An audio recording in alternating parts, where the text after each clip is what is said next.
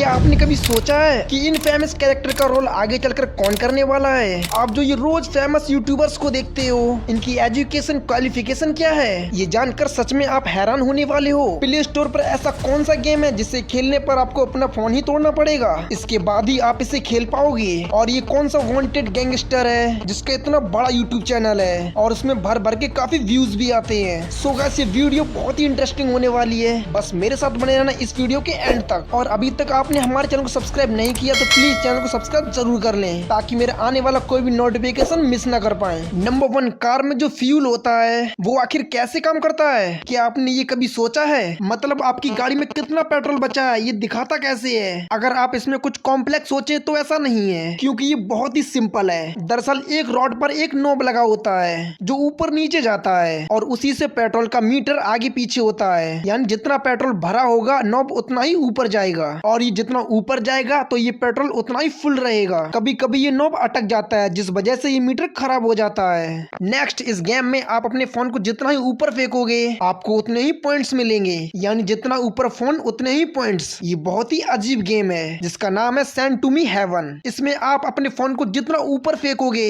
उतना ही इस गेम में न्यू रिकॉर्ड सेव होता जाता है। और इसका जो ये क्रिएटर था उसने एप्लीकेशन के पर्पज से बनाया था, क्योंकि उसे जितने ज्यादा हो सके उतने ज्यादा आईफोन को डिस्ट्रॉय करना था। लेकिन एप्पल कंपनी इस क्रिएटर से ज्यादा स्मार्ट है, उसने ये एप्लीकेशन उस आईफोन में दिया ही नहीं बल्कि उसे बैन कर दिया। नेक्स्ट, ये सच में आपके होश उड़ा देने वाला है। पहले आप इस पिक्चर को ध्यान से देखो, इसे देखकर लगता है कि ये कोई स्पेस की पिक्चर है। असल में ये किसी मासूम इंसान के जलने के बाद जो राख बनती है वो राख है। जब इसे बहुत ही ज्यादा पावरफुल माइक्रोवेव से देखा जाता है तब ये कुछ ऐसी दिखती है, लाइट स्पेक्ट्रम की वजह से, जो कि देखने में कितनी सेटिस्फाइंग लगती है, बिल्कुल गैलेक्सी की तरह। नेक्स्ट, अगर मैं आपसे कहूं कि स्टीफन हॉकिंग अभी भी जिंदा हैं, मतलब इन द सेंस जिंदा हैं, जो स्टीफन हॉकिंग हैं उनका डीएनए सैंपल एक हार्ड डिस्क के अंदर सेव करके रखा हुआ है जिसे इमोर्टली ड्राइव भी कहा जाता है, और वो आईएसएस यानी इंटरनेशनल स्पेस स्टेशन में है। दुनिया में से बहुत ही कम लोग हैं जिन्होंने अपने डीएनए को इस तरह इमोर्टलाइज किया हुआ है। नेक्स्ट, पबोलो एस्कोबार, इनका एक यूट्यूब चैनल है, मतलब पबोलो एस्कोबार का नहीं बल्कि उनके हिटमैन का। उसके हिटमैन को जब पकड़ा गया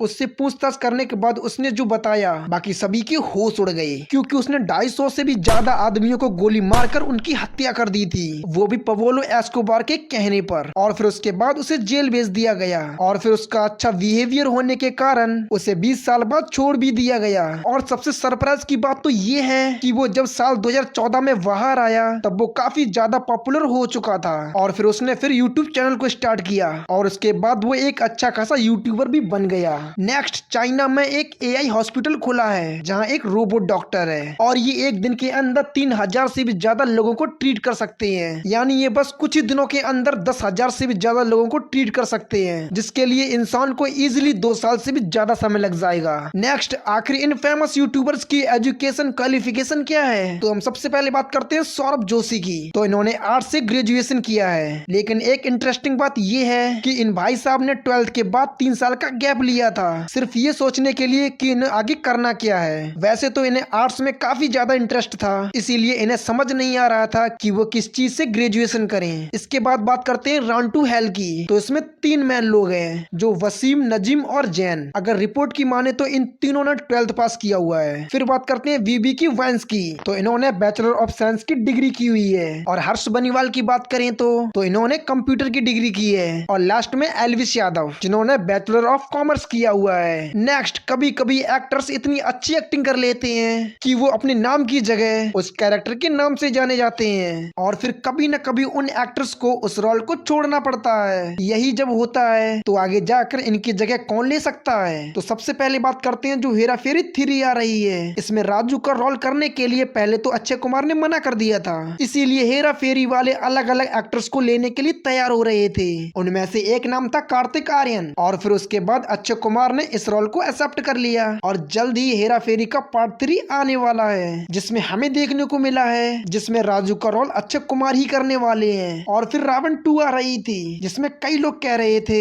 इसमें शाहरुख खान की जगह कोई और जीवन रहेगा, लेकिन सरप्राइजिंग ये है कि रावण का पार्ट 2 कैंसिल कर दिया गया। ऐसा इसीलिए बताया जा रहा है कि रावण के पार्ट 1 में कोई खास रेस्पॉन्स नहीं आया था, और पार्ट 2 को बनाने के लिए पार्ट 1 से भी ज्यादा खर्चा आने वाला था, इसी वजह से उसे कैंसिल कर दिया गया। तो अब बात करते हैं फैंटास्टिक बीस्ट और पिक्चर ऑफ द कैरिबियन की। इन दोनों की एक साथ बात मैं इसलिए कर रहा हूँ क्योंकि आइकॉनिक जॉनी डेप जिन्होंने इस रोल में जान डाल दी थी कि इन्हें ही इस सीरीज से निकाल दिया गया था, क्योंकि आप जानते होंगे कि फैंटास्टिक बीस्ट को इन्होंने एक दूसरे एक्टर से रिप्लेस कर दिया था, जिसकी वजह से फैंस काफी ज्यादा नाराज हो गए थे। और वही सेम चीज पैरेट ऑफ द कैरिबियन में भी होने वाली थी और शायद अब इसका नेक्स्ट पार्ट भी कैंसिल हो गया है। तो अब आते हैं सलमान खान पर। एक समय पर ये बहुत ही ज्यादा फेमस हुआ था कि सलमान खान एमसीयू के डॉक्टर डूम तो नहीं बल्कि guardians of the Galaxy franchise में देखने को मिल सकते हैं। तो दोस्तों ये वीडियो आपको कैसी लगी हमें कमेंट में जरूर बताना। तब तक मिलते हैं एक और नई वीडियो के साथ।